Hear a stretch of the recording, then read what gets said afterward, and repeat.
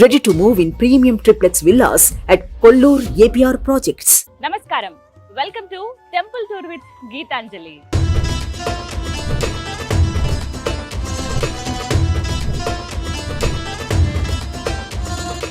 ఇవాల్టి కార్యక్రమంలో మనం వీక్షించబోతున్న దేవాలయం ఏదో తెలుసా? అన్నమయ్య జిల్లా వాల్మీకిపురంలో ఉన్నటువంటి శ్రీ పట్టాభిరామ దేవాలయం. ఎంతో సుందరమైన దేవాలయం ఇది. కొన్ని వేల ఏళ్ల చరిత్ర ఉంది. ఇక్కడ స్వామివారు స్వయం వ్యక్తమయ్యారు. మరి ఆ విశేషాలేంటో లోపలికి వెళ్ళి వారిని దర్శించుకుని తెలుసుకుందామా? రండి.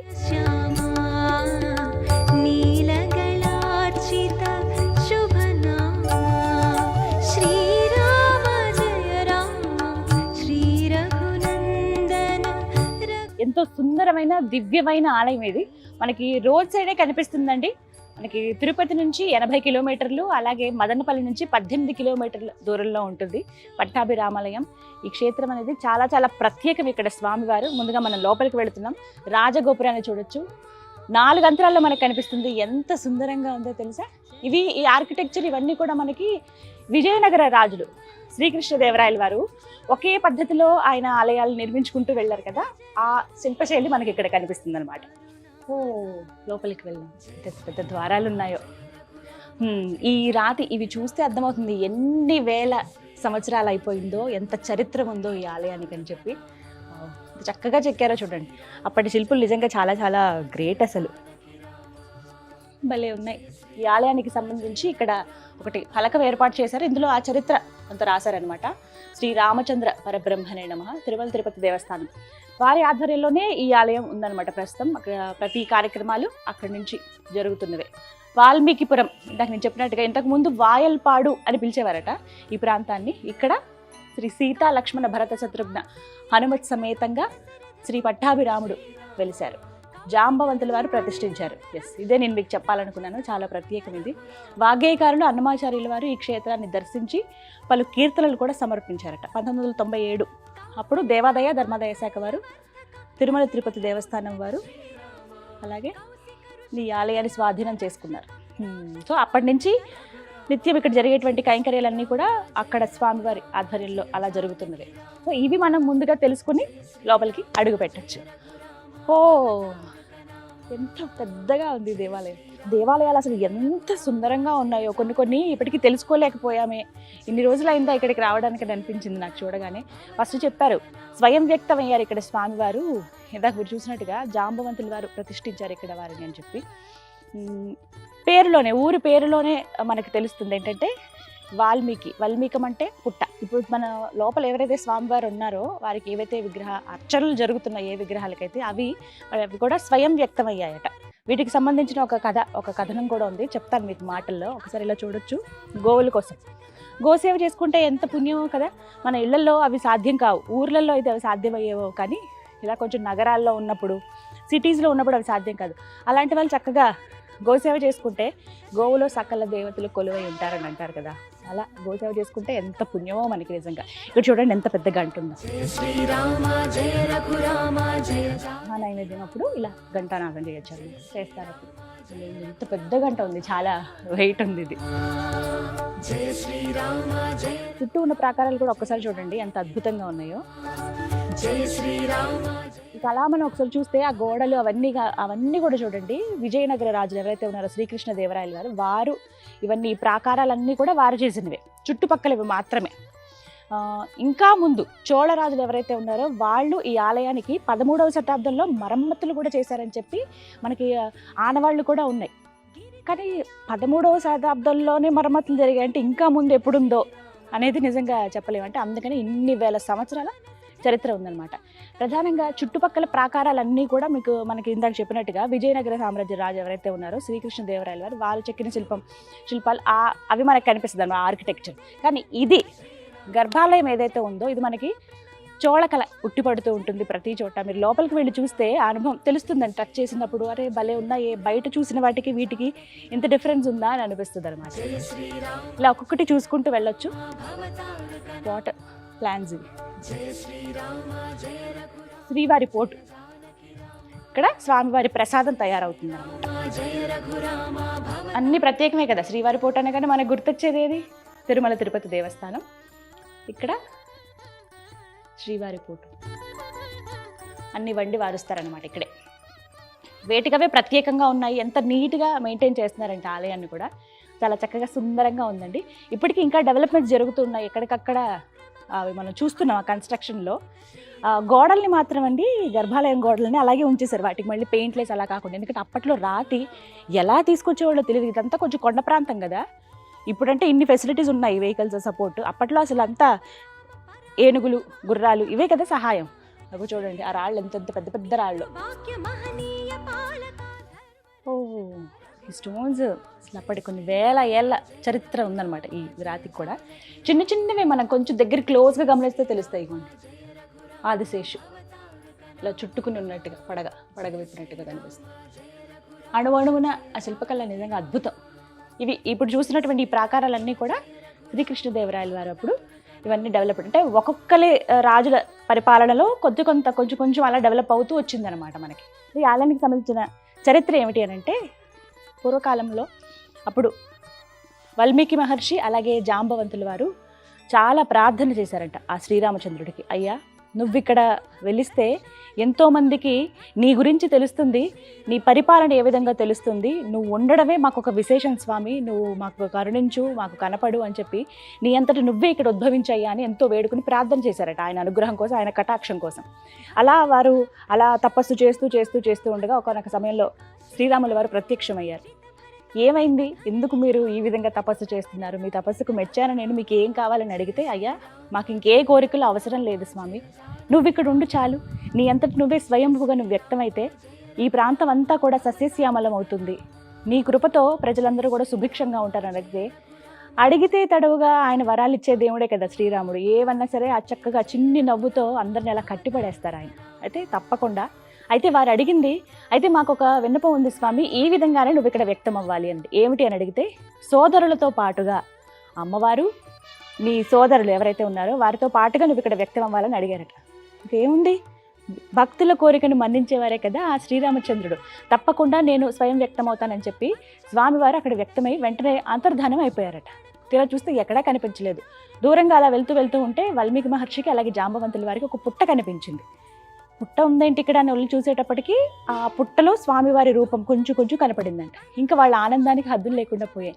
మేము ఇలా అడిగాం స్వామి, అడగగానే నువ్వు మాకు వరం ఇచ్చావని చెప్పి మొత్తం ఆ తొలిచి చూస్తే పుట్టలో వచ్చారు. అందుకని ఇది వాల్మీకిపురం. వాల్మీకి అంటే మనకి పుట్టని తెలుసు కదా, వాల్మీకుల్లో దొరికినటువంటి విగ్రహాలు కాబట్టి ఇది వాల్మీకిపురం అయిందనమాట ఈ ప్రాంతం. అయితే లోపల మనం చూడొచ్చు, ఇప్పుడు ఎలా అయితే వారు కోరుకున్నారో, వాల్మీకి మహర్షి కావచ్చు, జాంబవంతులు వారు ఏ విధంగా అయితే వాళ్ళు అడిగారో, మొత్తం అది మీ సోదరులతో పాటు రావయ్యా ఇక్కడ ఉండు అని అన్నందుకు లోపల మనం గమనించవచ్చు. శ్రీరాముల వారు, సీతమ్మ తల్లి, అలాగే లక్ష్మణ, భరత, శత్రుఘ్నులు వీళ్ళందరూ కనిపిస్తారు. శ్రీరాముల వారు ఓవైపు ఎడం పక్కగా ఇక్కడ లక్ష్మణులు కనపడతారు, కుడివైపున సీతాదేవి ఉంటారు. ఇది చాలా ప్రత్యేకమని చెప్పుకోవాలి. మరెక్కడా ప్రపంచంలో ఏ దేవాలయంలో ఈ విధంగా పట్టాభిరాముడు సోదరులతో పాటు కొలువై ఉండడం అనేది మొట్టమొదటి దేవాలయం అని చెప్పుకోవాలి. చాలా ప్రత్యేకమైన దేవాలయం ఇది. అమ్మవారు ఇక్కడ కుడివైపున మనకు కనిపిస్తారు. చాలామందికి ఒక భావన ఉంటుంది, అదేంటి అమ్మవారు కుడివైపు ఉండడం ఏంటి, ఎడం వైపున కదా ఉంటారు, భార్య అంటే లెఫ్ట్ సైడ్ కదా ఉండాలి, ఎడం వైపునే ఉండాలి కదా అంటారు. కానీ వైష్ణవ సాంప్రదాయంలో యజ్ఞ యాగాదులు చేసేటప్పుడు, ఏమైనా క్రతువులు పూజాది కార్యక్రమాలు చేసేటప్పుడు భార్య కుడి పక్కనే ఉండాలి. అందుకనే ఈ విధంగా అనమాట. ఇలా ఎక్కడికక్కడ గోపురాలు మనకి మండపాల్లాగా కనిపిస్తాయి అన్నమాట. వివిధ కార్యక్రమాలు ఇక్కడ చేస్తారు స్వామివారికి. ఒక్కొక్క మండపం దగ్గర మనకేంటంటే స్వామివారికి ఊంజల సేవ జరుగుతుంది, ఇంకొక మండపం ఉంటుంది అక్కడ కళ్యాణం అని, ఇలా చుట్టూ ప్రకారాలు మనకు కనిపిస్తాయి. కాసేపు ఆలయ ప్రాంగణంలో కూర్చుంటే ఎంత హాయిగా అనిపిస్తుందో, ఏనుగులు ఎంత హాయిగా అనిపిస్తుందో కదా. ఈ దేవాలయంలో స్వామివారు ఒక ముద్రతో కనిపిస్తారు. ఆ ముద్రకు కూడా చాలా చాలా ప్రత్యేకత ఉంది. అంటే వారు చెప్పేది ఒక్కటే, మనం ఏ పని చేసినా సరే శ్రద్ధతో చేయాలి. ఒక మాట అంటారు, నీలో సత్తువ ఖచ్చితంగా ఉంటుంది, దాని మీద నువ్వు కాన్సన్ట్రేట్ చేసి నువ్వు ఏం చేయగలవు అనేది చెయ్యి, ఖచ్చితంగా దైవం నీకు తోడవుతుంది అంటారు కదా. అది ఇక్కడ స్వామివారు మనకి సంకేతం ఇస్తూ ఉంటారన్నమాట. అలాగే ఇంకొకటి మనకి అమృత హస్తం చూపిస్తూ ఉంటారు. నా పాదాలే నీకు శరణ్యం, నువ్వు వచ్చి వేడుకో ఖచ్చితంగా అది నెరవేరుతుంది అనేది ఆ శ్రీరాములు వారు చెప్పే మాట. ఇక్కడ ధనుర్బాణాలను స్వామివారు పట్టుకోరు, కేవలం ఇలా ముద్ర మాత్రమే కనపడుతుంది, ఇంకొక చేతితో ఇలా ఉంటుందన్నమాట. మామూలుగా రాముడు అంటే మనం బాణం విల్లు ఇవే కదా ఊహిస్తాము, కానీ అవే ఉండవు. అలాగే సీతమ్మ వారు కూడా కుడివైపున ఉంటారు. యజ్ఞయాగాదులు చేసేది అలాంటి అప్పుడు అమ్మవారు కుడివైపున ఉంటారు. అమ్మవారి ప్రధానంగానే ఈ ఆలయంలో కూడా వివిధ పూజా కార్యక్రమాలు జరుగుతాయి అన్నమాట. ఇక విగ్రహాలలో ప్రత్యేకం ఏంటంటే లక్ష్మణ స్వామి వారేమో ఇలా ఎడం పక్క, కుడివైపు ఏమో అమ్మవారు, మధ్యలోనేమో ఆ పట్టాభిరాముడు, మరోవైపు భరతుడు శత్రుఘ్నుడు వింధ్యామరులు విసురుతూ ఉంటారనమాట. ఇలా మొత్తంగా మనకి మూల విరాట్లు కనపడతారు. అయితే ఇక్కడ ఏంటంటే మూల విరాట్ని మనం ఫొటోస్ తీయడానికి కానీ వీడియో తీయడానికి కానీ అస్సలు పర్మిషన్ లేదండి. చాలా ప్రత్యేకం కాబట్టి వచ్చి మీరు దర్శించుకోండి అమ్మా, అంతే తప్ప ఇలా తీయటానికి కుదరదు అని చెప్పారు. ఖచ్చితంగా మనం గౌరవించాలి. కానీ ఇది మీరు ఎవరైనా వచ్చి స్వయంగా చూడండి, చాలా ప్రత్యేకమైన దేవాలయం. అలాగే ఇదే దేవాలయంలో సాక్షాత్ ఆ శ్రీరాముల వారే కొలుచుకునేటువంటి రంగనాథ స్వామి దేవాలయం కూడా ఉంది. భూలక్ష్మి సమేత రంగనాథ స్వామి దేవాలయం అన్నమాట. ఇదిగో ఇదే దేవాలయం. ఇవన్నీ కూడా పందిళ్ళు కార్యక్రమాలు జరిగేటప్పుడు, ఏకాదశికి కావచ్చు, అలాగే మన సంక్రాంతి అప్పుడు ఇలా పందిళ్ళు వేసుకోవడానికి వీలుగా ఇలా కర్రలు ఇవన్నీ ఇలాగే ఉంచేశారు. వీటిపైన పరదాలు వేసి మనకి నీడ వచ్చేలా చేసి ఎంతోమంది భక్తజనం వస్తూ ఉంటారనమాట ఇక్కడికి, వాళ్ళందరికీ నీడ కోసమని.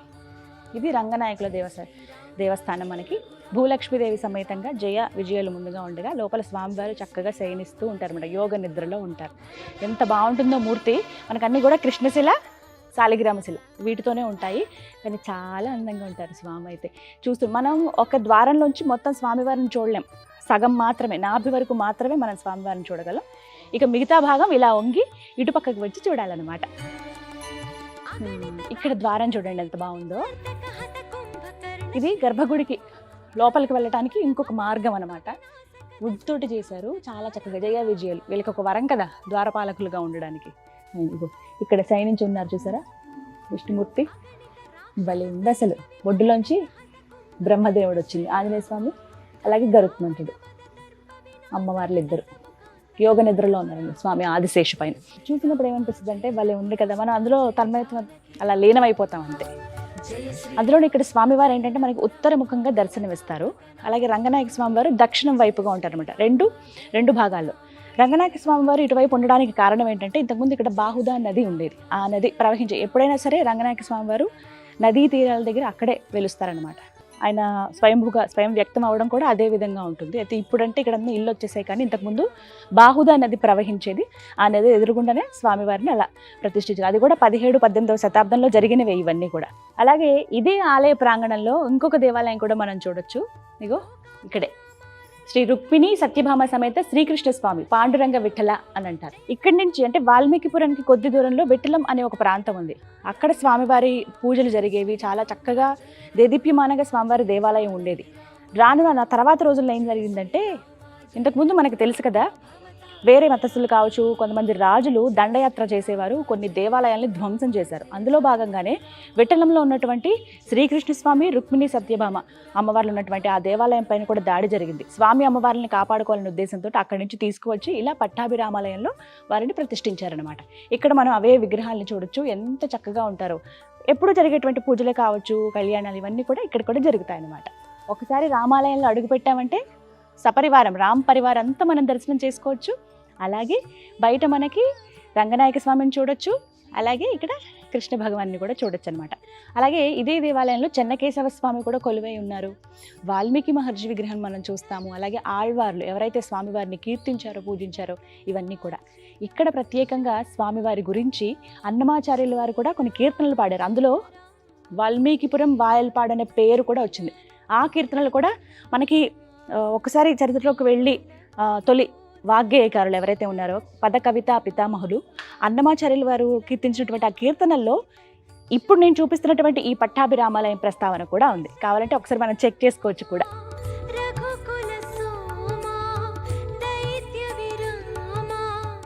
ఈ దేవాలయానికి ఇంకొక ప్రత్యేకత ఏంటంటే మనకి గర్భాలయం పైన ఆ గోపురం పైన సుదర్శన చక్రం కనిపిస్తుంది. ఒకసారి చూడండి, చాలా అరుదుగా ఉంటాయన్నమాట.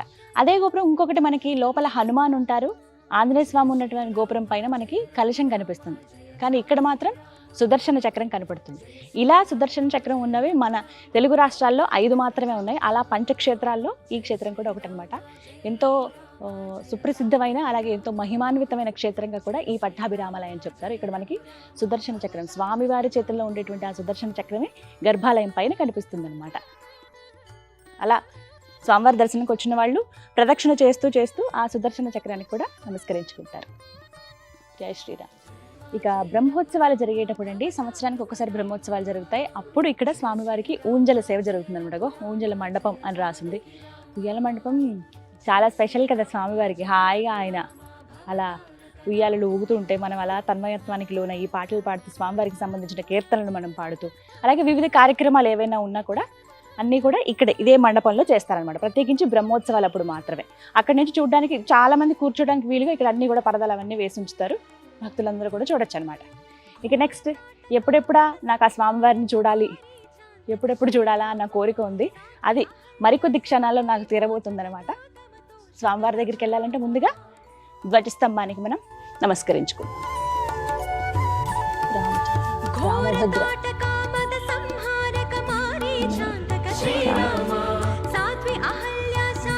శ్రీరామచంద్ర పరబ్రహ్మణే.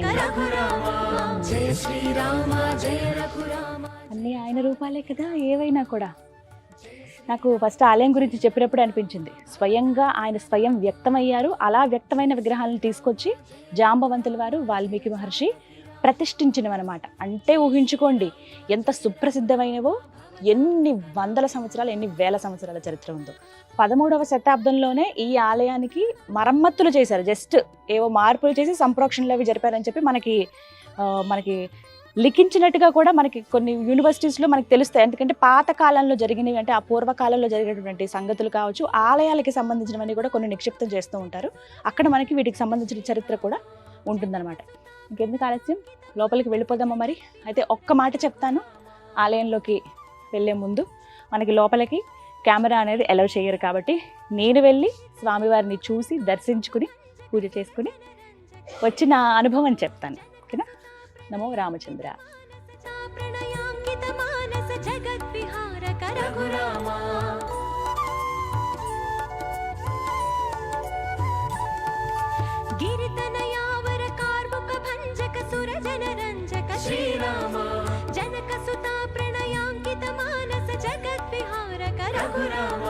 జయ శ్రీరామ జయ రఘురామ జయ జానకి రామ, జయ శ్రీరామ జయ రఘురామ భవతారక నామ, జయ శ్రీరామ.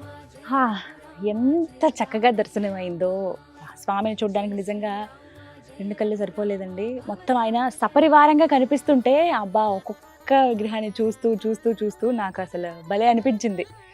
అయోధ్య వెళ్ళాను రీసెంట్గా, అక్కడ స్వామివారిని దర్శించుకున్నాను. అలాగే ఎన్నో రామాలయాలు కూడా నేను సందర్శించాను. ఈ రామాలయం నిజంగా చాలా చాలా ప్రత్యేకం. ఇన్ని వేల ఏళ్ళ చరిత్ర ఉన్నటువంటి దేవాలయం ఇది. వెళ్ళగానే స్వామివారు చక్కగా చిరుమందహాసంతో కనిపిస్తారు. మొత్తం మనకు ఆ శిలలోనే, రాతి శిల, నల్లటి రాతి శిలలోనే మనకు కనిపిస్తారు. కృష్ణశిల, అలాగే సాలగ్రామ శిల, వీటిలోనే అనమాట స్వామివారు అలా కూర్చుని ఉన్నారు. చాలా సింపుల్గా అలంకరించారు. ఎక్కువ మొత్తం ఆభరణాలు అవేం వేయకుండా సింపుల్గా కనిపిస్తున్నారు స్వామి నామాలతోటి. అలాగే కుడివైపున లక్ష్మణ స్వామి వారు, ఎడం వైపున సీతమ్మ తల్లి, ఎంత ముద్దుగున్నారు ఆవిడ. అలాగే అటువైపు ఇటువైపు శత్రుఘ్నులు, భరతుడు, వాళ్ళిద్దరూ కూడా వింధ్యామరులు విసురుతున్నట్టుగా ఉందన్నమాట. అసలు అలాంటివి స్వయంగా వాళ్ళు వ్యక్తమైనటువంటి ఏ కోరిక అయితే కోరారో జాంబవంతుల వారు, వాల్మీకి మహర్షి, వారికి ఆ కోరికను తీరుస్తూ వారి విన్నపం ఏదైతే ఉందో అది మన్నిస్తూ అలా వ్యక్తమయ్యారనమాట. ఆ విగ్రహాలను తీసుకొచ్చి ఇలా అప్పటి నుంచి పూజలు నిత్యం జరుగుతూనే ఉన్నాయి. ఇక్కడ నిజంగా చెప్పారండి, పంతులు గారు కూడా నాకు మళ్ళీ చెప్పారు, మీరు తనివి తీరా చూడండి అమ్మా, మీరు ఎంతో దూరం నుంచి వచ్చారు కదా, చాలా సంతోషం. అయితే ఇక్కడికి రావాలంటే స్వామివారి అనుగ్రహం ఉండాలి. ఇవాళ పునర్వసు నక్షత్రం, అంటే స్వామివారి నక్షత్రం ఉన్న రోజున, ఆయన పుట్టినటువంటి నక్షత్రం ఉన్న రోజున మీరు రావడం చాలా అదృష్టం. తనివి తీరా చూడండి, మీరు ఖచ్చితంగా ఒక కోరిక కోరుకోండి, ఆ కోరిక నెరవేరుతుంది, మళ్ళీ మీరే వచ్చి దర్శనం చేసుకుంటారు అని అన్నారు. నిజంగా అంతే ఇదిగా నేను నమస్కరించుకున్నాను, దండం పెట్టుకున్నాను. మనకి ఎక్కడా కూడా లోపల విగ్రహాలు తీయడానికి ఇక్కడ పర్మిషన్ ఉండదు, ఇది మాత్రం ఖచ్చితంగా చెప్తాను. ఇది కూడా ఒక అందుకు మంచిదే, మీరందరూ కూడా రారు కదా విగ్రహాలను చూపించేస్తే, అందుకనే నేను ఆ స్వామి మిమ్మల్ని కూడా రప్పించుకోవడానికే ఈ విధంగా నన్ను పంపించాడేమో. వీడియో చూస్తున్న వాళ్ళు రామాలయాలు మేము సందర్శించాలనుకుంటున్నాం, ఇన్ని వేల ఏళ్ళ చరిత్ర స్వయం వ్యక్తమైన స్వామివారిని చూడాలనుకుంటున్నాం అంటే కనుక నేను మీకు సింపుల్గా ఒక్క పని మాత్రం చేస్తాను. నా అనుభవం నేను మాటల్లో చెప్పాను, కానీ స్వామివారి లోపల ఎలా ఉన్నారనేది చూపించడానికి ఒక చిత్రపటం మీకు నేను ఒక బాక్స్లో ఇస్తాను. ఇది కొన్ని వందల సంవత్సరాల క్రితంది. అది కూడా ఎలా ఉన్నారు స్వామి అని చెప్పి ఆ ఫోటోలో మీరు చూడండి. నా సైడ్ బాక్స్లో మీకు కనిపిస్తుంది కదా, కంప్లీట్గా చూడండి. అలాగే ఉన్నారు స్వామివారు. ఇంకా తేజోమయంగా అందంగా కనపడుతున్నారు అందరూ కూడా. ఇక్కడ ఇంకొక విశిష్టత ఏంటంటే, అలా విగ్రహాలు దొరికినప్పుడు కేవలం ఇప్పుడు ఏవైతే చూస్తున్నారో మీరు, ఈ విగ్రహాలు మాత్రమే దొరికి వాటిని అవే ప్రతిష్ఠించారు. అలాగే ఆ తర్వాత సైడ్కి మనకి లోపలికి వెళుతుంటేనే ఎడం భాగంలో పెద్ద హనుమాన్ కూడా మనకు కనిపిస్తారు. ఆంజనేయ స్వామి వారు ఎప్పుడు మనకేంటంటే ఒక పక్కకి ఒక దగ్గర స్వామివారు అలా కూర్చుని ఆయన స్వామివారి నామాన్ని జపిస్తున్నట్టుగా ఆ శిలపైనే వారి విగ్రహం కూడా మనకి కనిపిస్తుంది. తర్వాత తీసుకొచ్చి ప్రతిష్ఠించారనమాట ఆంజనేయ స్వామి. ఆంజనేయ స్వామి కూడా మనకి స్వామి ఉత్తరముఖంగా చూస్తారు. సాధారణంగా మనకు తెలుసు కదా, ఉత్తరముఖం అని అంటే కనుక మనకి వైకుంఠ ఏకాదశి రోజు ఆ దర్శనం. కానీ ఇది నిత్య వైకుంఠంగా చెప్తున్నటువంటి దేవాలయం అనమాట. స్వామివారు ఎప్పుడు ఉత్తరముఖంగానే ఉంటారు. అలా వచ్చి దర్శనం చేసుకోవచ్చు. స్వామిని చూస్తూ రామబంటు హనుమాన్ మనకి ఎప్పుడు శ్రీరామ జపాన్ని చేస్తూ ఉంటారనమాట. అలా ఆంజనేయ స్వామిని దర్శించుకుని స్వామివారి దగ్గరికి వెళ్ళి చూడొచ్చు. అలా చూస్తున్నప్పుడే మనకి దశావతారాలు దర్శనమిస్తాయి. మొత్తం లోపలికి వెళ్ళడానికి ద్వారం దగ్గర మనకి దశావతారాలు, మధ్యలో అనంత పద్మనాభ స్వామివారు అలా శయనించి ఉంటారనమాట. ఇలా మొత్తం లోపలంతా సుందరంగా ఉంది. అన్నమయ్య జిల్లా వాల్మీకిపురం శ్రీ పట్టాభిరామాలయం 1000 ఏళ్ల చరిత్ర కలిగింది. ఈ పట్టాభిరామాలయానికి ప్రత్యేక విశిష్టత ఏమంటే, ఉత్తరముఖంగా ద్వారం సీత, రామ, లక్ష్మణ, భరత, శత్రుఘ్న, ఆంజనేయులు ఒకే పీఠం పైన ఉండేది ఎక్కడా లేదు. అంతా 1000 ఏళ్ల చరిత్ర కలిగిన రామాలయం ఆంధ్రప్రదేశ్లో చాలా అరుదు. జయ శ్రీరామ్. శ్రీ సీతా లక్ష్మణ భరత శత్రుఘ్న హనుమ సమేత శ్రీ పట్టాభి రామచంద్ర పరబ్రహ్మణే నమః. ఈ వాల్మీకిపురము మహాక్షేత్రంలో, రాములవారి క్షేత్రంలో ప్రతి నెల పునర్వసు నక్షత్రానికి కళ్యాణం జరుగుతుంది. మేము ప్రతి నెల ఈ కళ్యాణానికి హాజరవుతాము. ఇక్కడ కళ్యాణము చాలా కన్నుల పండుగగా చేస్తారు. ఈ కళ్యాణం చూసినందుకు మాకు ప్రతి నెల మంచి జరుగుతుందని మా అభిప్రాయము. ఈ కళ్యాణానికి ఈ పట్టణ ప్రజలందరూ వీలున్నంత వరకు తప్పక హాజరవుతారు. మేము ప్రతి నెల ఈ కళ్యాణం చూసుకొని దేవుని ఆశీర్వాదం పొంది వెళ్తూ ఉంటాము. జై శ్రీరామ్. ఈ వాల్మీకిపురం నందు శ్రీ పట్టాభిరామస్వామి ఆలయం ఎన్నో సంవత్సరాలుగా వెలిసి ఉన్నది. ఇక్కడ సాక్షాత్తు జాంబవంతుడు ప్రతిష్ఠించినాడనే పేరు. ఇక్కడ పునర్వసు నక్షత్రం రోజు కళ్యాణం జరుగుతుంది. చాలామంది భక్తులు విశేషంగా పాల్గొంటారు. ముఖ్యంగా ఇక్కడ స్వామివారు రామ చరిత్ర గురించి, సీతాదేవి జన్మ నక్షత్రం గురించి ప్రతి ఒక్కటి వివరంగా ప్రతి ఒక్క భక్తులకి అర్థమయ్యే విధంగా కళ్యాణం చాలా కన్నుల పండుగ వైభవంగా జరిపిస్తారు. కాబట్టి భక్తాదులు కూడా చాలామంది పాల్గొంటారు. ఇక్కడ కళ్యాణంలో పాల్గొన్న వాళ్ళకందరికీ కూడా తీరని కోరికలన్నీ తీరుతున్నాయని, అదేవిధంగా పెళ్లి కాని వారికి పెళ్ళిళ్ళు, సంతానం లేని వారికి సంతానము, ఆ విధంగా ఈ పట్టాభి రామచంద్రుడు అందరినీ కరుణిస్తున్నాడని ఒక గట్టి నమ్మకం. అదే నమ్మకంతో ప్రతి సంవత్సరము బ్రహ్మోత్సవాలు 9 రోజులు అత్యంత వైభవంగా తిరుమల తిరుపతి దేవస్థానం వారి తరపున ఎంతో వైభవంగా జరుపుతారు. జై శ్రీరామ్. మీరు కూడా రావాలనుకుంటే చాలా ఈజీ అడ్రస్. తిరుపతి నుంచి 80 కిలోమీటర్లు. అలాగే మీరు మదనపల్లి, మాకు తెలుసండి, మేము అక్కడికి వెళ్తూ ఉంటాం, లేకపోతే మేము అక్కడే ఉన్నాము, అటువైపుగా వెళ్తున్నాం అంటే కనుక మదనపల్లి నుంచి మీకు 18 కిలోమీటర్లు అనమాట. సో ఎలా వచ్చినా ఓకే, మెయిన్ రోడ్ మీద ఉంటుంది, ఎక్కడికి లోపలికి వెళ్ళాల్సిన అవసరం లేదు. అడ్రస్ కూడా చాలా క్లియర్గా ఉంది. మీరు అన్నమయ్య జిల్లా వాల్మీకిపురం శ్రీ పట్టాభిరామాలయం అని ఒక్కసారి టైప్ చేయగానే మీకు కంప్లీట్ అడ్రస్ వస్తుంది. మీరు ఈ దగ్గర వాళ్ళు అయితే కనుక తప్పకుండా వచ్చి ఆ స్వామివారిని దర్శించుకుని వారి కృపను పొందండి. ఇవాల్టి టెంపుల్ టూర్ విత్ గీతాంజలిలో సుప్రసిద్ధ క్షేత్రమైనటువంటి శ్రీ పట్టాభిరామాలయం వాల్మీకిపురంలో ఉన్న ఈ దేవాలయం చూశారు కదా. మరో దివ్య దేవాలయ దర్శనంతో మళ్ళీ మీ ముందుంటాను. అంతవరకు సెలవు. నమస్కారం. జై శ్రీరామ్.